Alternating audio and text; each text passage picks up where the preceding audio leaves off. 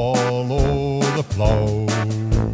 Gather ye lads that herd on the main, come to the banner, come bright and early. The Kelso laddies are marching again. Hark ye gallant shields o' Kelso, dance and sing your cares away. Drink a toast, a bright tomorrow.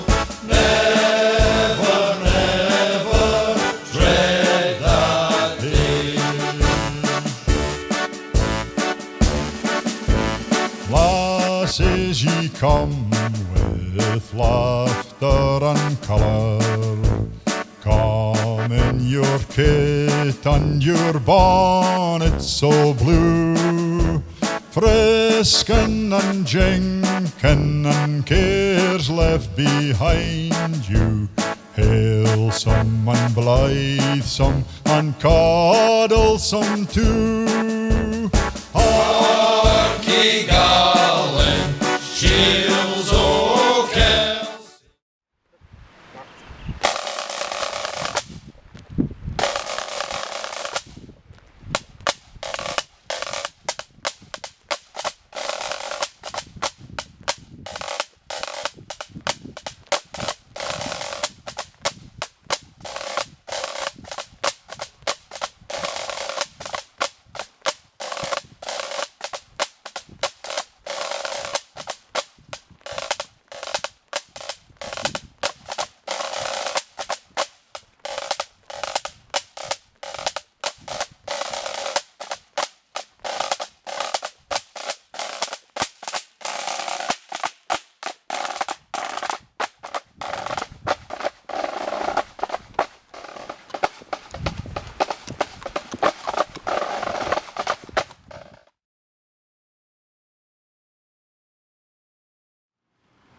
Good evening, ladies and gentlemen, boys and girls.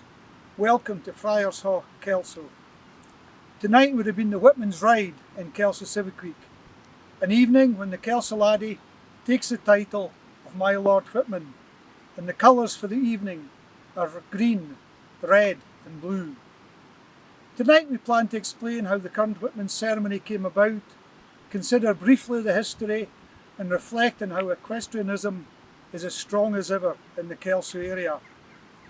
When ex-Kelso laddie David Brunton and a few others found the remnants of an old flag in the town hall, research was carried out to find out about the ancient society of Whipman, an ancient trade union formed from various occupations, all of which were connected with horses, such as ploughmen, carters and farm servants. Once a year they held an event with horse racing and other activities, and ended with a ball in the evening.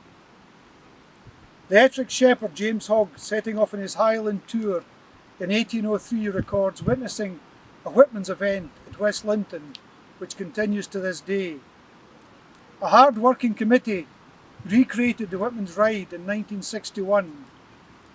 The curfew bell in the town hall was to be rung. Many think the clock tower mainly holds the bells that chime to tell the time, but the largest bell takes up most of the tower is the curfew bell that would be rung, for example, in the evening to tell people to dampen down their fires and go to bed. Walter Hewitt, a brewery worker in Edinburgh, was commissioned to recreate a Whipman's barrel. The Kelso Laddies Association were sad to hear that Walter passed away this year. Our thoughts are with his family. One of the original events was that a barrel was hung from a tree filled with soot and a cat placed inside. Horsemen rode by and beat the barrel with clubs till it broke, and the poor cat was released from its sooty prison. An early crude version of piñata. This barrel originally dispensed whisky. The Whipman's colours was chosen of red, blue and green, and originally the standard was bust with a rosette, but a new Whipman's flag was being introduced for future years. The flag was reproduced on a single piece of French silk, which is imported from Paris to be painted with the original design.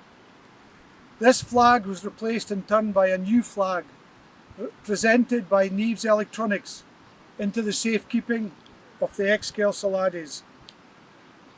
As befitting the title Lord Whipman, the Kelso laddie was presented with a riding crop at the end of the conclusion of the ride out by the Provost of Kelso. While routes and timings have changed over the years, the original ride out crossed the Tweed at the Putt to reach Friars Haugh, where the ceremonies and events still happen today. My Lord Whipman arrived at the site of the old Tristan tree, led on by the drummers. It should be made clear that the ancient Tristan tree has not existed for well over 100 years. It grew and flourished in a monastic garden of an old religious house known as the Friars, in the north bank of the river Civic, near to the present Civic bridge. It was of immense size and was reputed to be one of the largest wych elms in record, measuring some 30 feet in girth.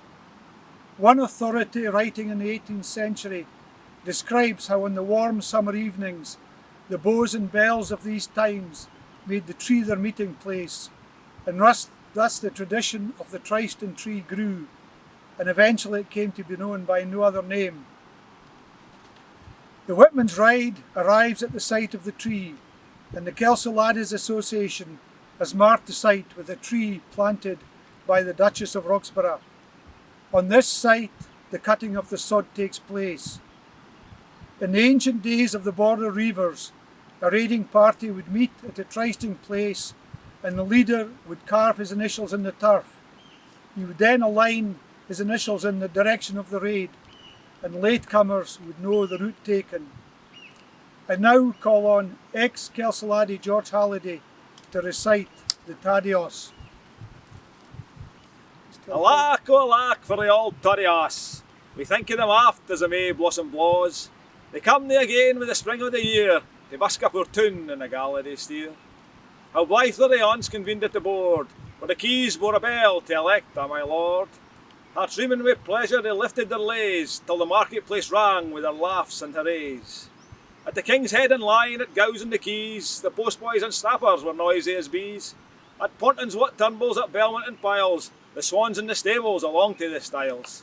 Sic rubbing o' horses, oh flinging and rearing, sic rubbing o' stirrups, o' snaffles and gearing, and wee laddies running fae stable to stable, past crowds of the townsfolk at Ilka House gable.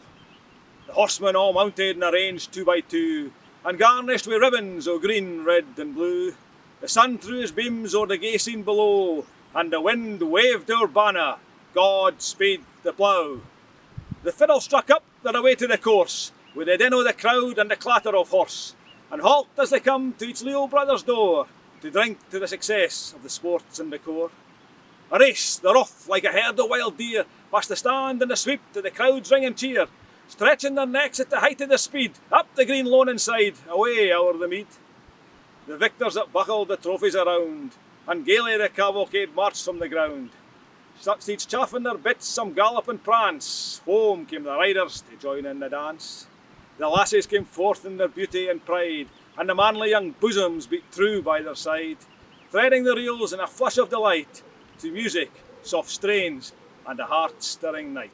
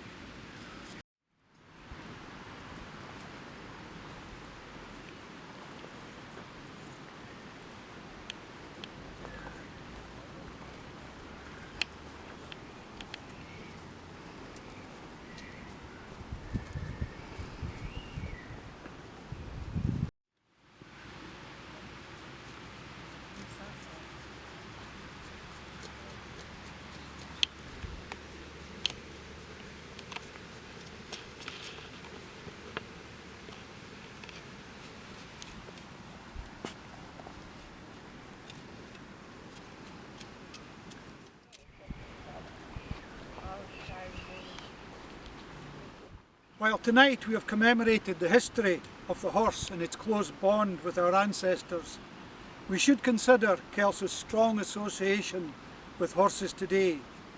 Horses are very much part of Kelso Civic Week with 6 rideouts.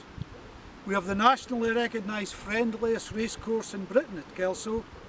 At Friars Hawk there are 3 point-to-point meetings a year.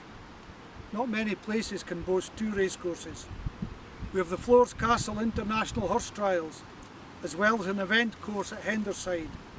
There's a strong equestrian element to Kelso Show, and we have local equestrian riding schools and livery provided.